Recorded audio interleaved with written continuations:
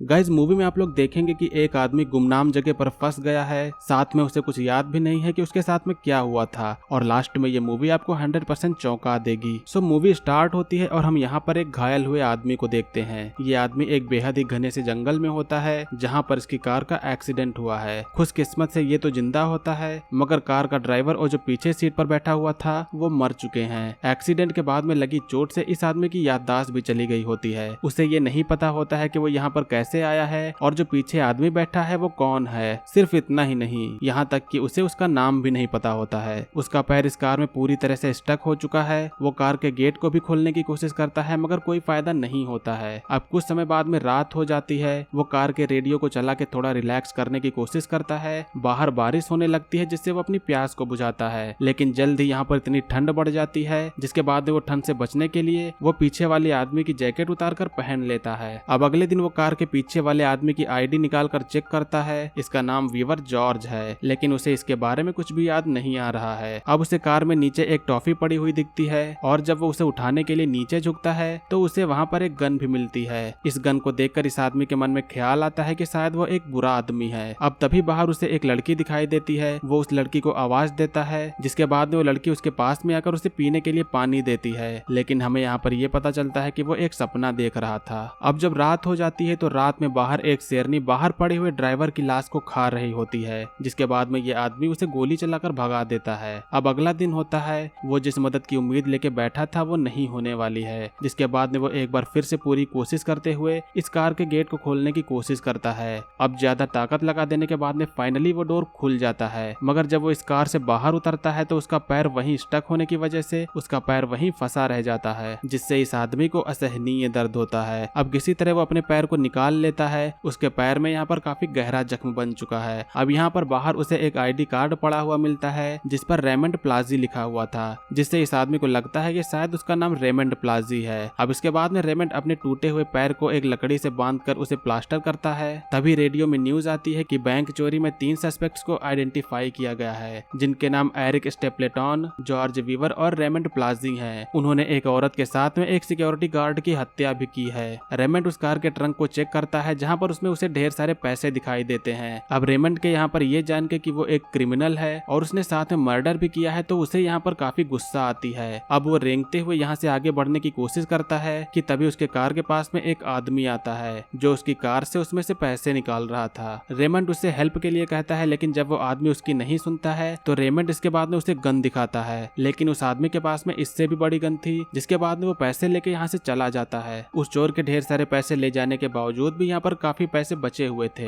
यहाँ पर अब रेमंड को उसके सामने एक डॉग दिखाई देता है। अब जब रात हो जाती है तो रेमंड इन्हीं पैसों से आग जलाता है और वो डॉग भी उसी के साथ में ही होता है। रेमंड को अब जगते हुए भी यह औरत दिखाई देती है। अब जब रेमंड इस औरत के बारे में सोचता है तो उसे लगता है कि शायद उसने इसी औरत का मर्डर किया है। अब यहाँ पर अचानक से वही शेरनी आती है जो कार के पीछे वाली सीट पर बैठे हुए आदमी के सिर को काट ले जाती है। रेमंड के दिमाग की हालत खराब हो जाने के बाद उसे यह औरत बार बार दिखाई देने लगती है, जिसके बाद में वो यहाँ से निकलने की कोशिश करता है। उसका पैर फ्रैक्चर होने के कारण उसे इसी तरह रेंग कर यहाँ से जाना होगा। वो पास के एक तालाब के पास में पहुंचता है, लेकिन यहाँ पर पानी काफी गंदा था, जिसके बाद में वो यहाँ पर मछली पकड़ने की कोशिश करता है, लेकिन उसके हाथ में एक भी मछली नहीं आती है। अब वो रेंगते हुए यहाँ से और आगे बढ़ता है तो उसे रास्ते में एक बैग मिलता है। इस बैग के अंदर पेन किलर्स, कुछ पीने के लिए और थोड़ा सा कुछ खाने के लिए भी था। अब जब रेमंड इसे खा रहा होता है तो वो डॉग भी रेमंड के पास में आकर बैठ के उसे खाने को देने के लिए कहता है। रेमंड एक डॉग लवर है क्योंकि उसके बचपन में भी एक पेट डॉग था, जिसे वो डॉग को भी अपने साथ में खाने के लिए देता है। अब वो फिर से रेंगते हुए यहाँ से आगे बढ़ने लगता है। पैसे के नोट की गड्डी यहाँ तक पड़ी हुई थी, जिससे वो पास वाली गुफा में टॉर्च लगाता है तो यहाँ पर एक मोबाइल पड़ा हुआ था। वो जल्दी से जाकर मोबाइल को उठाता है, लेकिन बाकी मूवीज की तरह यहाँ पर भी इस फोन में टावर नहीं पकड़ते हैं। अब दूसरी तरफ वहीं उसे यहाँ पर उस आदमी की लाश भी दिखाई देती है जो कार से पैसों को लेके भागा था, जिसे देखने के बाद में रेमंड जल्दी से यहाँ से भागता है। वो फिर से क्रॉल करते हुए यहाँ से निकलता है, जिसके बाद में वो जल्दी एक रिवर के पास में पहुंच जाता है। अब यहाँ पर वो पानी पीता है। वो साथ में यहाँ पर कुछ मछलियों को पकड़ने का ट्राई भी करता है। अब हम यहाँ पर देखते हैं कि इस डॉग की और रेमंड की काफी अच्छी दोस्ती हो गई है। एक बार फिर से उसे वही लड़की रिवर की दूसरी तरफ दिखाई देती है, जिसके बाद में वो रिवर को क्रॉस करने लगता है, लेकिन रिवर में पानी का बहाव इतना ज्यादा था कि वो पानी के साथ में ही बह जाता है। वो पानी के साथ में बहते हुए काफी दूर तक चला जाता है, मगर जब वो बाहर निकलता है तो फोन अभी भी उसके पास में ही होता है। वो फिर से यहाँ से रेंगते भागते हुए निकलता है, जिसके बाद में अब जल्द ही रात हो जाती है। रात हो जाने पर वो एक केव में रुकता है, जहाँ पर वो देखता है कि कई सारे लोग उसे बचाने के लिए आए हैं और इन सबको इस लड़की ने लाया है, मगर ये भी रेमंड का एक सपना ही था।